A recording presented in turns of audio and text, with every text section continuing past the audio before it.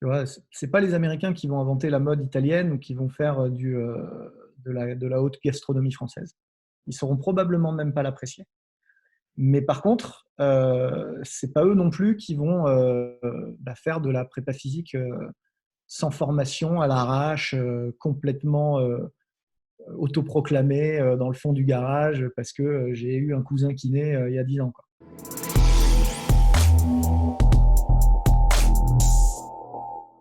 Bienvenue sur le podcast Upside Strength, la ressource numéro 1 pour toute chose fitness et performance en Suisse.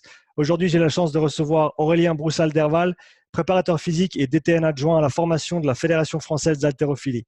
Aurélien a travaillé à l'étranger au sein des équipes de judo de la Grande-Bretagne et de la Russie pour les Jeux Olympiques. Et il a également publié plusieurs livres d'entraînement, dont notamment La préparation physique moderne, La prépa physique judo, L'art du hit et L'art du mouvement. Aurélien, merci d'avoir accepté mon invitation aujourd'hui. Ah bah super, c'est avec grand plaisir que je participe à Upside Strength. Merci d'organiser ça, c'est précieux. C'est des bons moments de mise en commun et de réflexion. Ça me fait plaisir de te rencontrer aussi. Merci à toi. Donc, avant de devenir coach, préparateur physique et auteur, Aurélien Broussal-Derval, c'était qui? Avant tout, c'est un préparateur physique, hein. Avant tout, c'est un entraîneur en charge du physique. Moi, je suis passionné de sport et de pratiques variées de sport. Si tu veux, j'ai toujours eu du mal à me spécialiser de manière trop poussée dans un sport. Tout jeune, j'aimais bien la bagarre, donc j'ai vite fait le MMA, le jiu-jitsu brésilien, je viens du judo. Et puis à côté de ça, j'aimais beaucoup la glisse et l'endurance aussi. Donc je fais des trucs complètement différents, comme les 24 heures du Mans en roller, par exemple, des choses comme ça en tant que pratiquant. Donc, j'ai jamais réussi à vraiment me spécialiser. J'en ai jamais eu la vraie envie. Et du coup, quand tu deviens entraîneur dans ce contexte-là, c'est assez logique que t'orientes un peu vers un truc généraliste comme la prépa physique qui te permet de rester pluridisciplinaire, quoi. Et donc, à tes débuts, quelles étaient les croyances et les convictions que tu avais vis-à-vis de l'entraînement et de la prépa et qui ont peut-être évolué ou changé depuis? Écoute, je commence à avoir quelques miles au compteur, donc je peux parler un peu comme un vieux maintenant. Je viens d'un monde universitaire où, tu sais, la prépa physique, c'était pas une évidence. Moi-même, quand j'ai découvert vraiment le métier, si tu veux, j'étais en deuxième année de STAPS, c'est la fac de sport en France.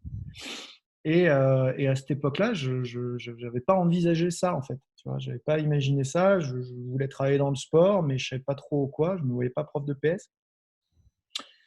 Et, euh, et du coup, j'ai un collègue qui m'a branché là-dessus, qui m'a dit, moi, je veux faire ça. Donc là, j'ai commencé à me renseigner. Et c'est vrai que c'était les débuts, c'est-à-dire qu'il y avait des gens qui structuraient le truc en France, qui s'appelaient Michel Pradet, Gilles Cometti, tu vois, des gens comme ça. Il y avait déjà des Fred Aubert qui arrivaient, des Eger chez vous, des gens qui ont vraiment marqué la prépa physique européenne et même mondiale. Et donc, ils étaient une vraie poignée, quoi. Si tu voulais découvrir ça, il fallait aller au contact. Et donc, c'est ce que j'ai fait. Voilà, j'ai creusé ce métier qui était naissant. Donc, on construisait les bases du métier qui est aujourd'hui encore en train de se structurer, je pense, hein. On arrive doucement vers une phase de maturité où on est un peu tous d'accord sur ce qui marche et ce qui ne marche pas, sur ce que doit être un prépa physique dans un staff, mais lui aussi en tant qu'individu. Donc doucement, le métier se structure. Tu sais, c'est un peu comme une corporation très ancienne comme les coiffeurs, par exemple. Bon, aujourd'hui, un coiffeur, il n'y a pas de débat, si tu veux. Un coiffeur, c'est un coiffeur. Il a des techniques, il y en a des bons, il y en a des mauvaises, comme partout.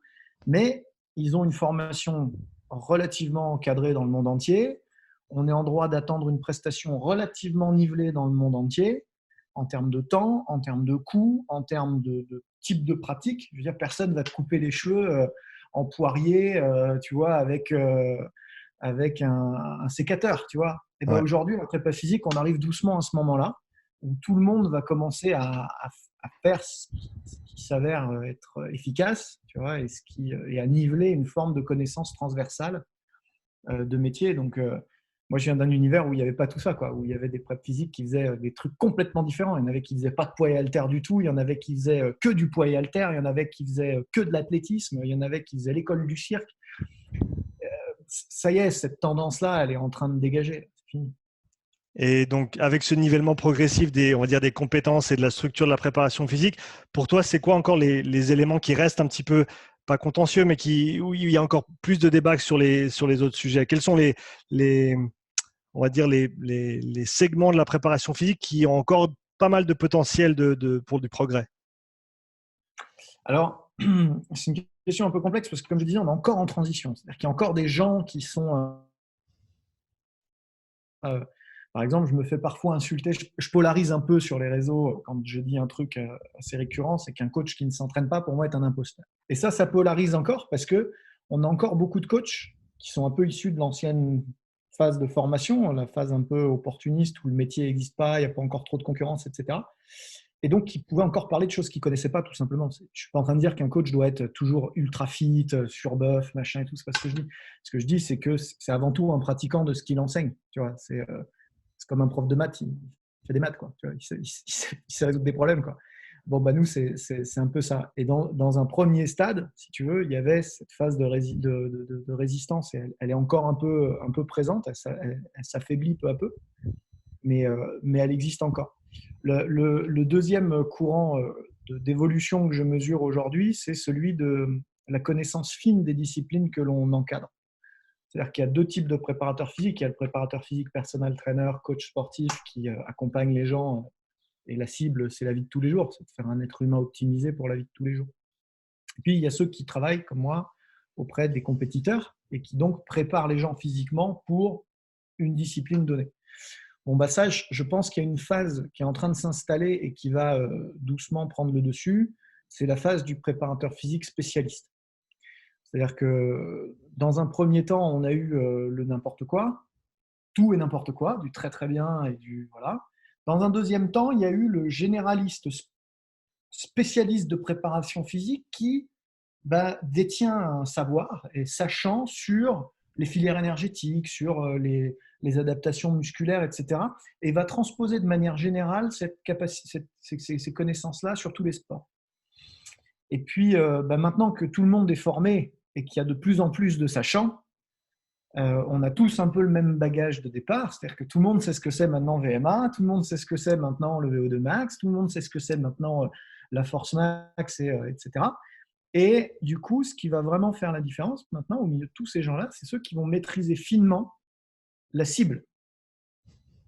Et donc, je pense qu'on va basculer doucement vers ça. Moi, je reste encore un peu généraliste sur certaines choses, un peu transversales. Mais je pense que la génération d'après va arriver avec une vraie discipline de prédilection et va être vraiment préparateur physique, ultra pertinent dans sa spécialité. Et cette finesse-là, c'est très dur à gagner. Il faut vraiment pratiquer. J'aime bien donner l'exemple que j'ai rencontré au volleyball, parce que j'ai travaillé quelques années au volleyball aussi. J'ai travaillé 3 ans. J'ai eu la chance de travailler avec des super préparateurs physiques au volleyball. Et notamment Laurent Delacour. Bon, Laurent Delacour, préparateur physique depuis aussi longtemps que moi, peut-être un peu moins expérimenté sur la variété des profils. Il a été vraiment dans le volleyball tout le temps, mais brevet d'état, entraîneur deuxième niveau en volleyball, entraîneur de pôle, entraîneur parfois même d'équipe de France, avec une connaissance de la discipline, si tu veux, tellement fine que je ne le rattraperai jamais, tu vois, dans la prépa physique volleyball. Et donc je pense que l'étape d'après, ça va être ça. Hein. Est-ce que tu penses que ça va avec l'idée que plus on atteint au niveau au niveau âge d'entraînement, au niveau compétences techniques, tactiques, physiques, mentales, au niveau des athlètes, plus le préparateur doit avoir ses compétences fines ou ses connaissances fines du sport en tant que tel pour être efficace en termes de préparation physique, dans le sens où si l'athlète est à un niveau qui est encore assez bas, que ce soit débutant, intermédiaire, une approche générale va être très très bénéfique pour lui sans devoir être super pointu dans la spécificité de l'entraînement pour son sport. Tu es d'accord avec ça? Ouais. Après, du coup, la spécificité et la spécialité du prépa physique, elle peut s'imaginer de différentes manières. C'est-à-dire que, effectivement, plus il va être dans des niveaux inférieurs ou des classes d'âge surtout inférieures, je pense aux préparateurs physiques en pôle, par exemple. On a les CREPS, nous, en France. Du coup, on a des pôles, espoirs. Voilà.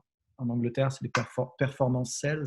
Je sais pas ce que vous avez en Suisse, mais j'imagine que vous avez des bassins de pratique comme ça, de jeunes Ouais, espoirs ouais. qu'on va entraîner et amener vers des centres nationaux comme Macolin. Voilà. Bon, et ben,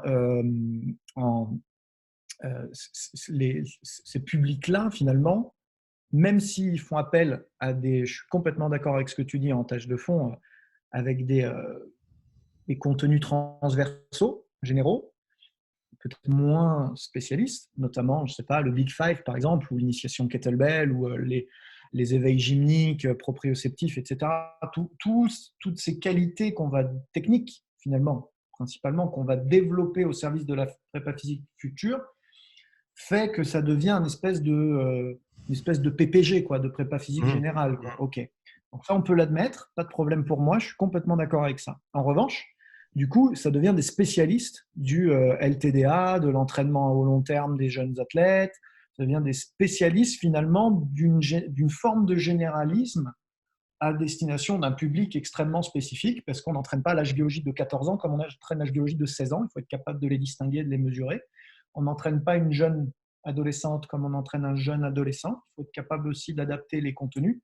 Et puis enfin, un acte pédagogique fort et très différent d'accompagnement vers l'haltérophilie, vers le kettlebell, vers la sangle de suspension, vers les étirements, vers les méthodes de récupération, presque une vraie éducation physique et sportive, finalement, ce que devrait être, selon moi, le PS. Et du coup, on retombe dans une forme de spécialité. C'est-à-dire qu'un mec qui fait ça pendant 15 ans, il devient injouable là-dessus. Tu vois, c'est tellement spécifique comme public qu'il devient spécialiste. Est-ce que tu peux parler un petit peu des moments clés de ton parcours professionnel, des étapes fondatrices qui ont vraiment façonné la façon dont tu vois la préparation physique et dont tu fais les choses en tant que coach? Ouais. Bon, il y a eu des grandes étapes. La première grande étape, c'est l'INSEP, hein, l'Institut des sports olympiques français, où j'ai eu la chance d'être exposé à des fous, hein, à des gens comme Christophe Oswirth, qui aujourd'hui encore me guide dans mon enseignement, dans mon entraînement, dans mes méthodes scientifiques, qui sont plutôt des chercheurs, hein, comme Jacques Pièvre, Christian Miller, des gens qui ont vraiment influencé ma vision de l'entraînement, de l'évaluation. C'était plutôt des chercheurs d'ailleurs qui ont influencé. Je pense aussi à Jean Fournier sur la partie plutôt prépa mentale, parce que j'ai vite connecté ces notions-là. Et donc l'INSEP a joué un énorme rôle, le joue encore. Donc ça, c'est une première étape. Je pense que la deuxième grosse étape, ça a été de mon expatriation précoce, puisque assez jeune, j'ai été plongé dans différents bains européens. Notamment, j'ai fait mon stage de fin d'études au Real de Madrid, moi. Et donc, j'ai découvert d'autres visions, d'autres approches, tu vois, par le foot, par l'Espagne. Puis ensuite, j'ai eu la chance d'aller enseigner très tôt, très jeune, dans les universités anglaises. Donc là aussi, j'ai ouvert une porte vers toute la littérature nord-américaine, qui m'a permis aussi d'être un vrai game changer et d'accélérer à fond mon accès à la compétence et à la connaissance. Et puis jusqu'à l'apogée où j'ai été recruté par les Britanniques. Et là, encore une fois, ça a été un autre cap. Grande-Bretagne pour l'expertise, la prise de la mesure, l'exigence dans le feedback, dans le compte-rendu, dans le suivi des athlètes. La rigueur professionnelle des Anglais, c'est impressionnant. C'est ce qui nous manque en vrai. Au-delà des techniques d'entraînement, je parle vraiment des méthodes de travail. Ça aussi, ça a été une grosse étape et qui a été prise à contre-pied par l'étape suivante qui est la Russie, où là, on est beaucoup moins rigoureux, beaucoup moins précis, beaucoup plus,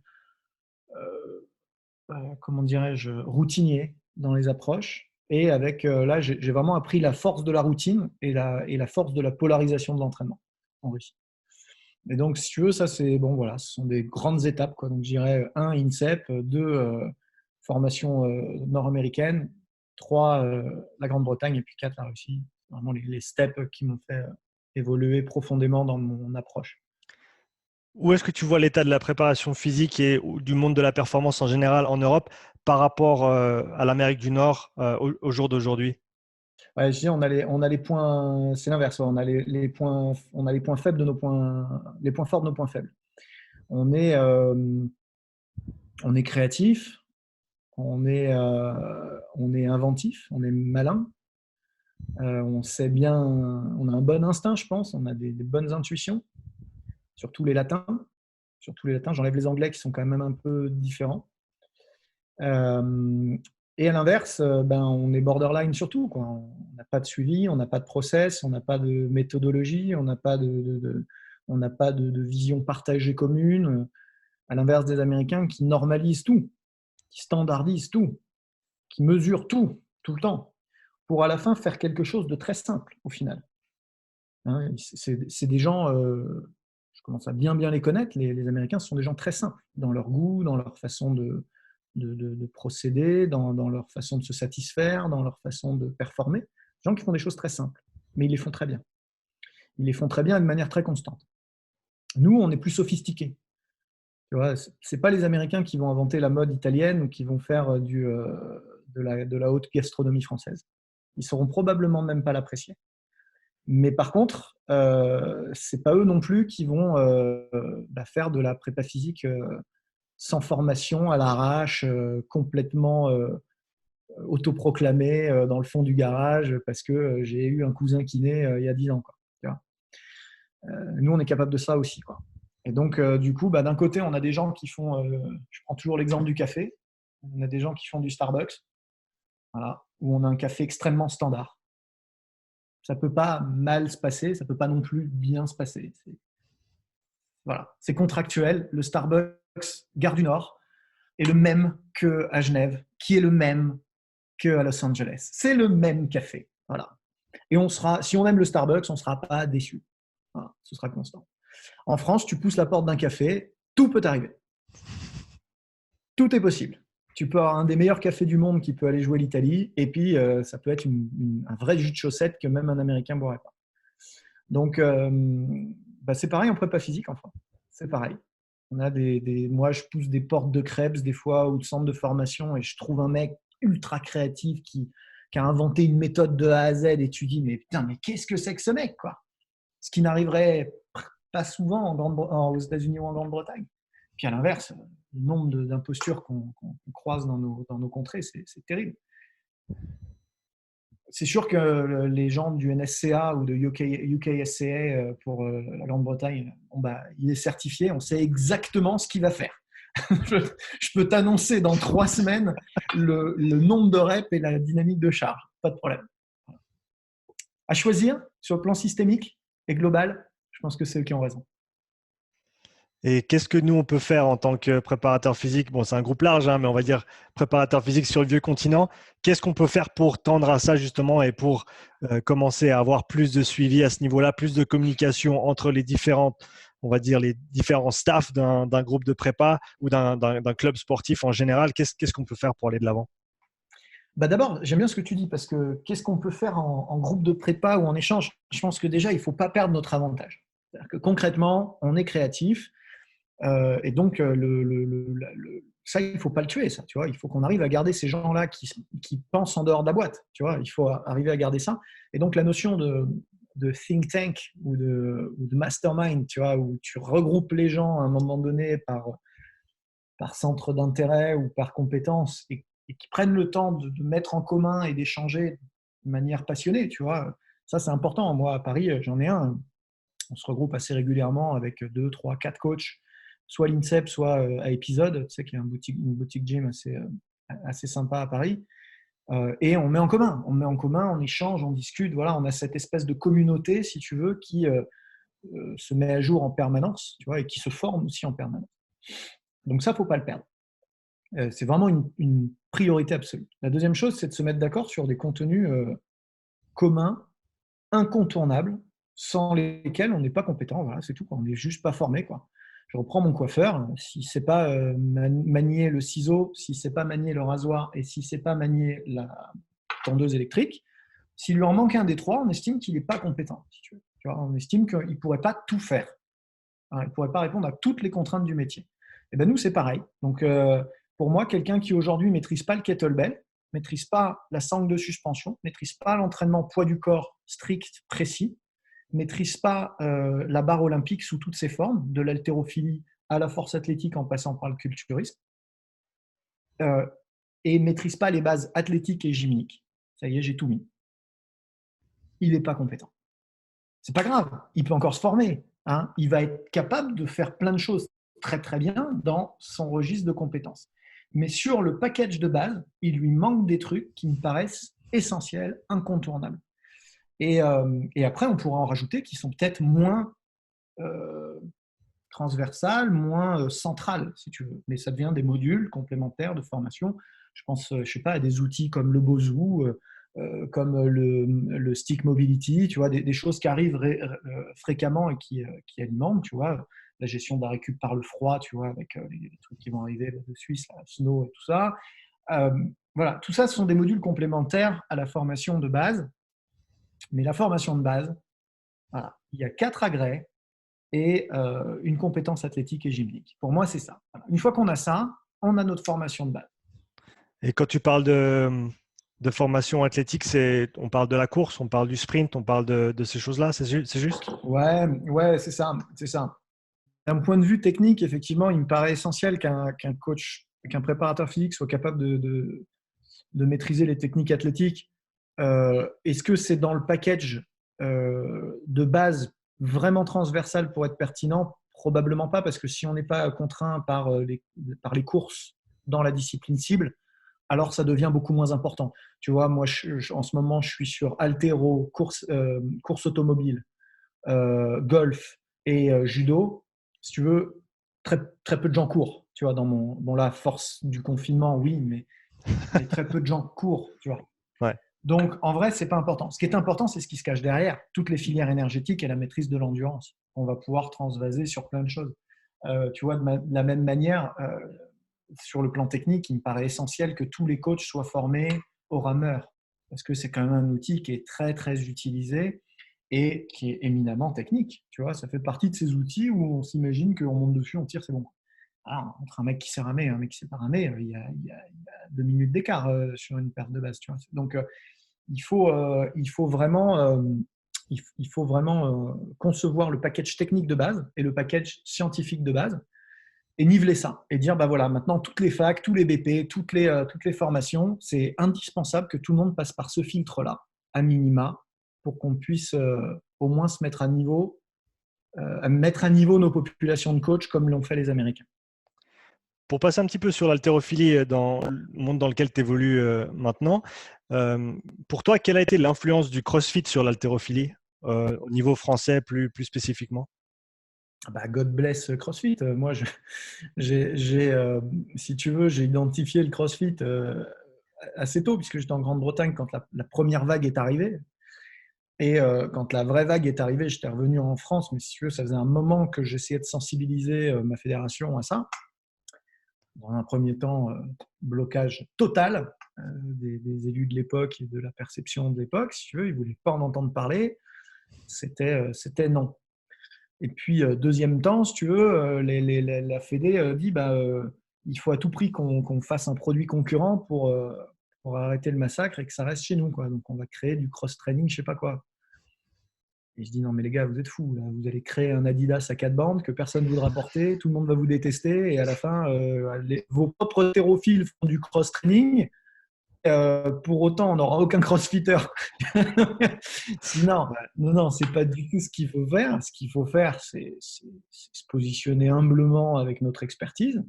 Dire, bah voilà, vous utilisez l'haltérophilie et merci pour ça. Voilà. Merci de nous déringardiser, merci de nous filer des pompes de couleurs sympas qu'on va pouvoir porter fièrement à l'entraînement et des tenues qui sont un peu plus cool que ce qu'on avait.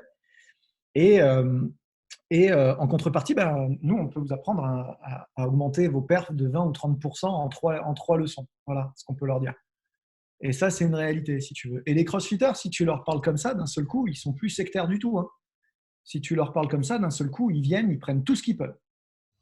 Et c'est génial, c'est ce que je trouve beau avec ce sport, c'est que c'est un sport mutant, c'est un sport évolutif qui sait se remettre en cause, qui sait implémenter des modules. C'est un sport hyper moderne en fait, pour grossir. Et puis ils nous ont tirés avec nous. C'est-à-dire que concrètement, l'haltéro, plus personne voulait pratiquer l'haltéro il y a 5 ans en France. aujourd'hui, mes formations haltéro ne désemplissent pas. Donc, merci le CrossFit. Voilà, il n'y a que ça à dire. Hein. Je t'ai entendu parler pas mal des profils force-vitesse en saut, notamment avec les équipes de volley avec lesquelles tu as travaillé. Est-ce qu'il y a une utilité pour ces profils-là avec des haltérophiles?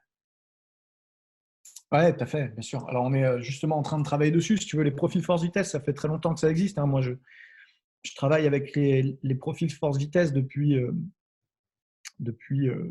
2002, 2003, je crois, un truc comme ça, depuis que j'ai été formé en fait à l'INSEP sur machine Ariel. À l'époque, on mesurait ça sur machine Ariel, voilà, donc j'avais appris à faire les profils là-dessus et ensuite à essayer de les influencer par l'entraînement, mais sans feedback. Et puis, il y a une technologie suisse qui est venue qui s'appelait le myotest, qui est venue remplir la chaîne de chaînons manquants, là, de vitesse, de puissance orientée force, de puissance orientée vitesse. D'un coup, on a pu tout mesurer sur le terrain. Donc ça, c'était bien.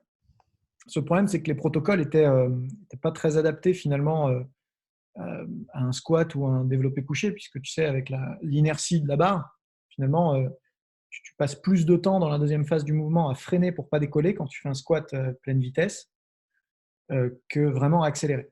Donc du coup, il a fallu un peu de temps pour que tout le monde se mette d'accord sur le fait qu'il fallait sauter avec le squat et sur le fait qu'il fallait lancer la barre en développé couché. Donc ça, c'est la deuxième phase.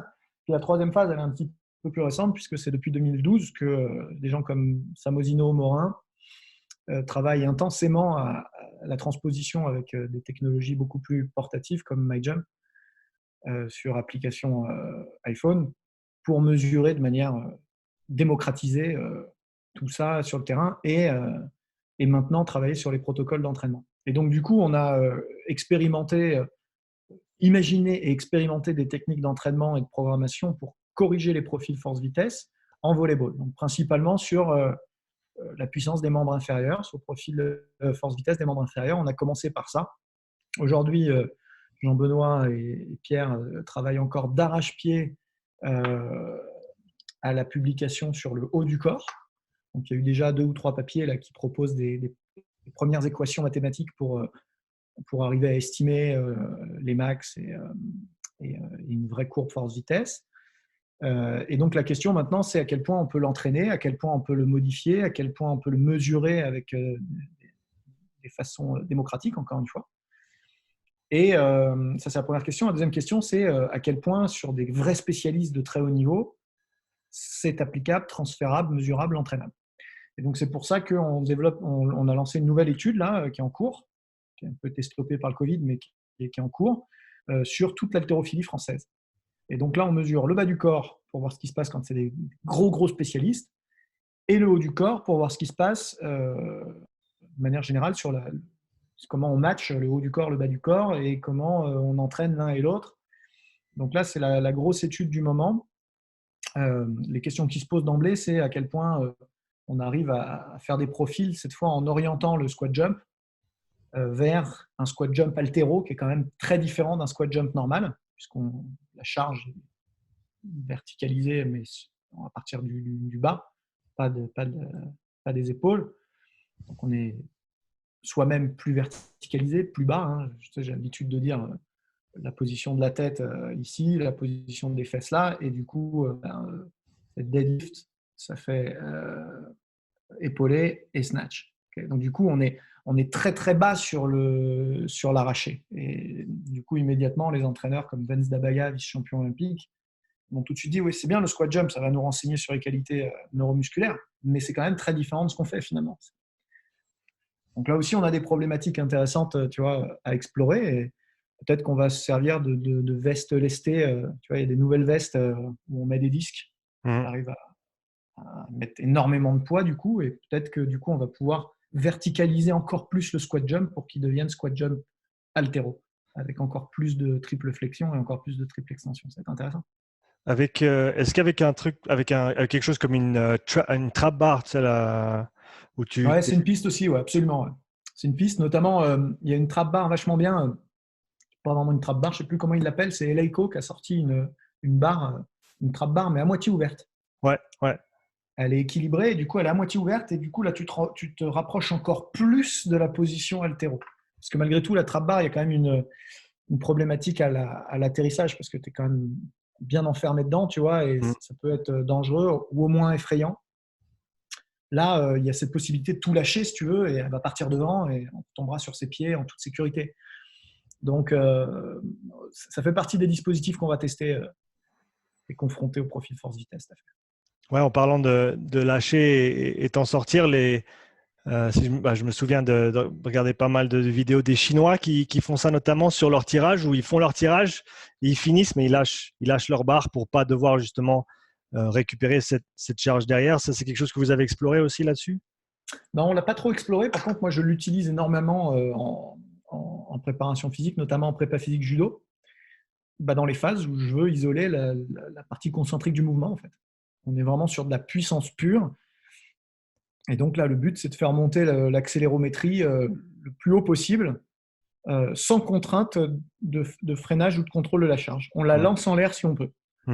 Et alors par contre, comparé à ce que tu décris, que j'ai aussi vu chez les Chinois, où on est quand même sur des charges relativement lourdes du coup, puisque s'ils ne veulent pas la récupérer, c'est qu'elle est très lourde, surtout pour des haltérophiles qui arrivent à la récupérer en technique assez facilement. Nous, on est plutôt sur des charges moyennes légères à moyenne lourde pour vraiment travailler sur de la puissance ou du front monté de la force du RFD. Ce sera intéressant de voir ce qui sort de ces études-là. Qu'est-ce qui t'a poussé à publier des livres? Qu'est-ce que tu as vu dans le monde de la prépa actuel, notamment en France ou en Europe, qui manquait et donc tu as voulu contribuer à ça? Ouais, j'ai une anecdote intéressante là-dessus parce que mon premier livre, il m'a été commandé par une maison d'édition qui a été frappée en 2008 par la crise économique et qui finalement n'a pas sorti mon livre. Donc j'ai été contacté par une autre maison d'édition qui s'appelle Amphora, une maison d'édition française, qui se positionnait pour éventuellement éditer mon livre. Moi, il était écrit, il était prêt, et c'était un livre que j'avais identifié comme totalement manquant en France. Bon, d'abord, il n'y avait pas beaucoup de livres sur la prépa physique, mais alors, à plus forte raison, des livres pratico-scientifiques. Tu vois, moi, j'avais identifié que, comme les Américains font, ce que les Français attendaient, c'était de la science appliquée au terrain ou du terrain justifié par de la science, mais pas du yaka faucon ou du on fait que de la mitochondrie toute la journée. Tu vois. Un truc vraiment entre les deux, ce que savent très bien faire les Ricains. Je m'étais inspiré pas mal d'un livre de Bill Foran que j'aime beaucoup, où il y avait plusieurs invités, tu vois, et chaque invité était vraiment spécialiste. Et donc, comme ça qu'est née la prépa physique moderne, le livre La préparation physique moderne, qui a plus de 10 ans maintenant. Et donc, Amphora me fait la leçon en me disant non, mais soit on fait un livre scientifique, soit on fait un livre pratique, il faut choisir. C'est l'un ou c'est l'autre. Et je dis, je crois pas. Je ne suis pas vendeur de livres, moi, j'en sais rien. D'ailleurs, je m'en fous. Je veux juste le faire parce que ça m'intéresse et parce que j'ai envie de le faire en tant que formateur pour mes étudiants. Donc, c'est pas grave. Si j'en vends 500, j'en vends 500, quoi. Et du coup, de fil en aiguille, en fait, on en a vendu presque 2500 la première année, ce qui pour l'époque était hallucinant, sur un livre mal produit en noir et blanc, fait en auto-édition, etc. Et donc, depuis, Amphora avait pris les boules et n'avait eu de cesse que d'essayer de copier ce truc-là. Ce qu'ils ont très bien fait avec un super livre à la fin qui s'appelle La Bible de la prépa physique d'un copain Didier Reis, qui est remarquable, un livre extrêmement pointu et détaillé, si tu veux. Mais dans un premier temps, ils ont fait 4 ans à trouver cet auteur-là qui a pu faire un truc identique et qui a vraiment très bien marché et s'est mérité. Mais dans un premier temps, ils ont même pas compris le truc que je leur disais, quoi. Tu vois, ils sont passés complètement à côté du truc. Et du coup, c'est ce qui a mis le feu aux poudres. C'est-à-dire qu'une fois que j'ai su comment faire ça, j'ai voulu rejouer et donc aider d'autres auteurs à produire des ouvrages pratico-scientifiques. Et de fil en aiguille, je me suis dit, tiens, ce serait bien, vu que les Français ne parlent pas bien anglais, qu'on leur traduise les livres. Et du coup, on s'est mis à traduire les bouquins nord-américains. Alors, aujourd'hui, on ne gagne pas d'argent avec ça, pas beaucoup. Une société qui a pour but principalement de promouvoir le savoir. Peut-être qu'un jour, je serai riche grâce à ça, c'est peu probable. Mais en tout cas, ça nous fait plaisir de le faire avec les amis de Fort Trainer. On le fait bien. Je pense que les gens sont satisfaits de la version des ouvrages qu'on propose. Et du coup, c'est important parce que ça permet vraiment, ça, je pense, de faire avancer le niveau de manière rapide et spectaculaire en langue française en tout cas. On arrive gentiment vers la fin. Aurélien, si tu avais en 60 secondes un conseil pour les jeunes coachs qui aspirent à devenir meilleurs et à aider les athlètes de tout niveau à s'améliorer, quel serait ton conseil? Apprenez l'anglais. Apprenez l'anglais parce qu'au-delà de ma connaissance des formations nord-américaines et anglo-saxonnes en ce moment, qui est hors du commun, il y a un rythme de folie. Il faut à tout prix aller voir ce qui se fait chez XPT, chez Kinstretch, chez Stick Mobility, chez TRX, chez Under Armour. Il y a des zones de formation, mais Exos, évidemment, Exos. J'en passe encore. On pourrait parler de Thibodeau, des formations de Poliquin qui continuent. Il y a des trucs de fou à faire qui sont tous en anglais. Tous en anglais. Donc déjà, il ne faut pas passer à côté de ça. Mais surtout, les sciences sont écrites en anglais. Et donc voilà, faites de la veille, restez connectés, apprenez l'anglais pour pouvoir avoir les infos avant tout le monde. Et puis pratiquez parce que tout ça ne prend de sens qu'au regard de ce que vous en faites vous et de la maîtrise technique que vous en avez. Et donc, si c'est que dans les livres, c'est que dans les livres. Aurélien, merci beaucoup. Où est-ce qu'on peut te trouver sur les réseaux sociaux? À mon nom, j'ai un compte Instagram totalement dédié à la diffusion d'informations vulgarisées sur la science du sport et la prépa physique et la kiné du sport. Donc Aurélien Broussal-Derval. J'ai une page Facebook au même nom et évidemment j'ai un site www.broussal-derval.com sur lequel il y a des centaines d'articles gratuits, des dizaines de podcasts, vidéos améliorés, enrichis avec des contenus téléchargeables, etc. gratuits et des webinaires que je fais payer quand même 20 balles parce qu'à un moment donné, il faut quand même que je mange. Mais globalement, il y a du contenu de formation initiale en langue française, en veux-tu, en voilà. Donc, n'hésitez pas à venir me retrouver. Merci beaucoup pour ton temps et ton expertise aujourd'hui. C'était avec grand plaisir. À très bientôt. À bientôt. Ciao.